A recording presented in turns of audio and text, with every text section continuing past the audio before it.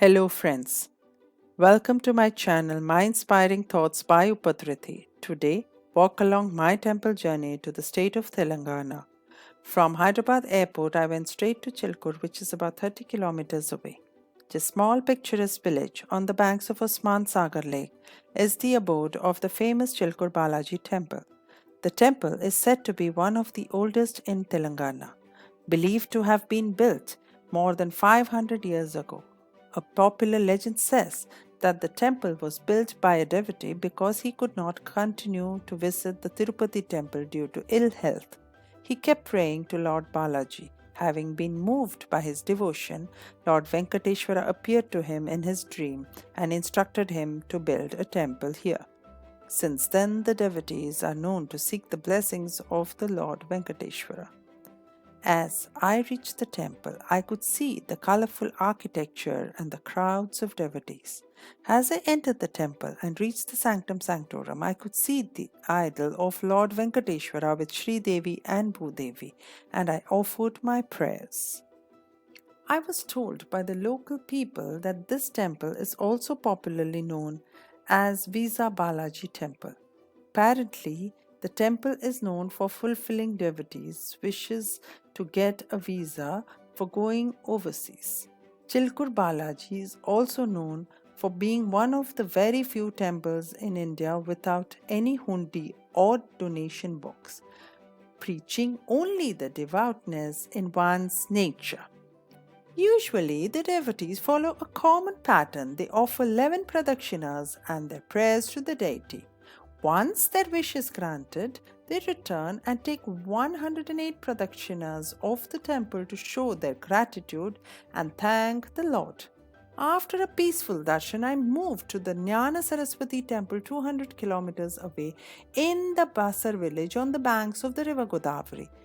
A popular legend going back to the time of Mahabharata says Maharishi Vyasa and his disciples decided to settle down in a cool and serene atmosphere after the Kurukshetra war. In the quest for a peaceful abode, they selected this place. Since then, the place was known as Vasara and now known as Basara or Basar. Many pilgrims come here to perform the Akshara Abhyasam ceremony for the children to start formal school education. The children perform the exercise of writing in the presence of the goddess of knowledge. As I approached Basar, I could distinctly see the idol of goddess Saraswati on the top of the rock, with the golden rays of the morning sun shining through. As I entered the temple and witnessed the holy aarti being performed, I imbibed the pious and pure atmosphere.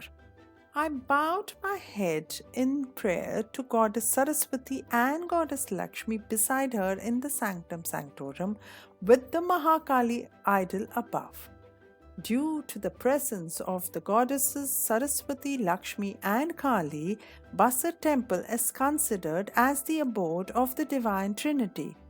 I also went to the nearby sage Vyasa cave. After going in through the narrow entrance, I could see the marble idol of the sage.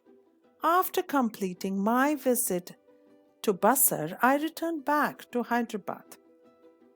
Upon reaching the city, I went to the Karman Ghat Hanuman temple, which is one of the oldest temples in Hyderabad, built in the 12th century. A popular legend says that once upon a time, a Kakatiya king went hunting, and later, when he was resting under a tree, he heard the chanting of Lord Rama's name. Wondering whose voice it was in the middle of a dense forest, he discovered a stone idol of Lord Hanuman in seated posture, and the voice seemed to be coming from the Vigraha. Having paid his respects, he returned to his capital. The same night, Lord appeared in his dream and asked him to construct a temple at the spot, which the king did. So, in this temple, Lord Anjaneya sits peacefully meditating and blessing his devotees. As I approached the temple, I could see the walls painted in maroon color and brightly colored sculptures crowning the walls. Upon entering the temple compound, I could see the spiritual aura enveloping everyone. As I approached the Sanctum Sanctorum, I had a darshan of Lord Hanuman in the meditation posture. As the idol is in the Dhyana Mudra, the temple is popularly known as Dhyana Anjaneya Swami Temple. After offering my prayers, I left the temple with a deep sense of peace and satisfaction. Having come to Hyderabad, I had to look out for a Pochampalli sari. Pochampalli ikat is a sari made in Bhudan Pochampalli in Telangana. These saris have traditional geometric patterns in ikat style of dye.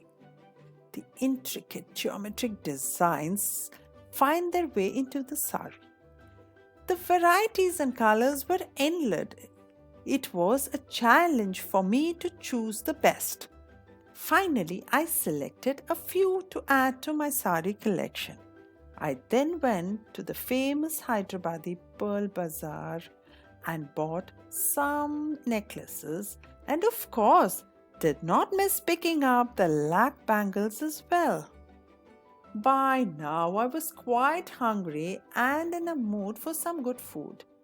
I had a good vegetarian thali which was sumptuous, followed by a glass of cool majjiga. Hope you enjoyed this experience of the temples of Telangana. Namaste, till we meet again in our next temple journey.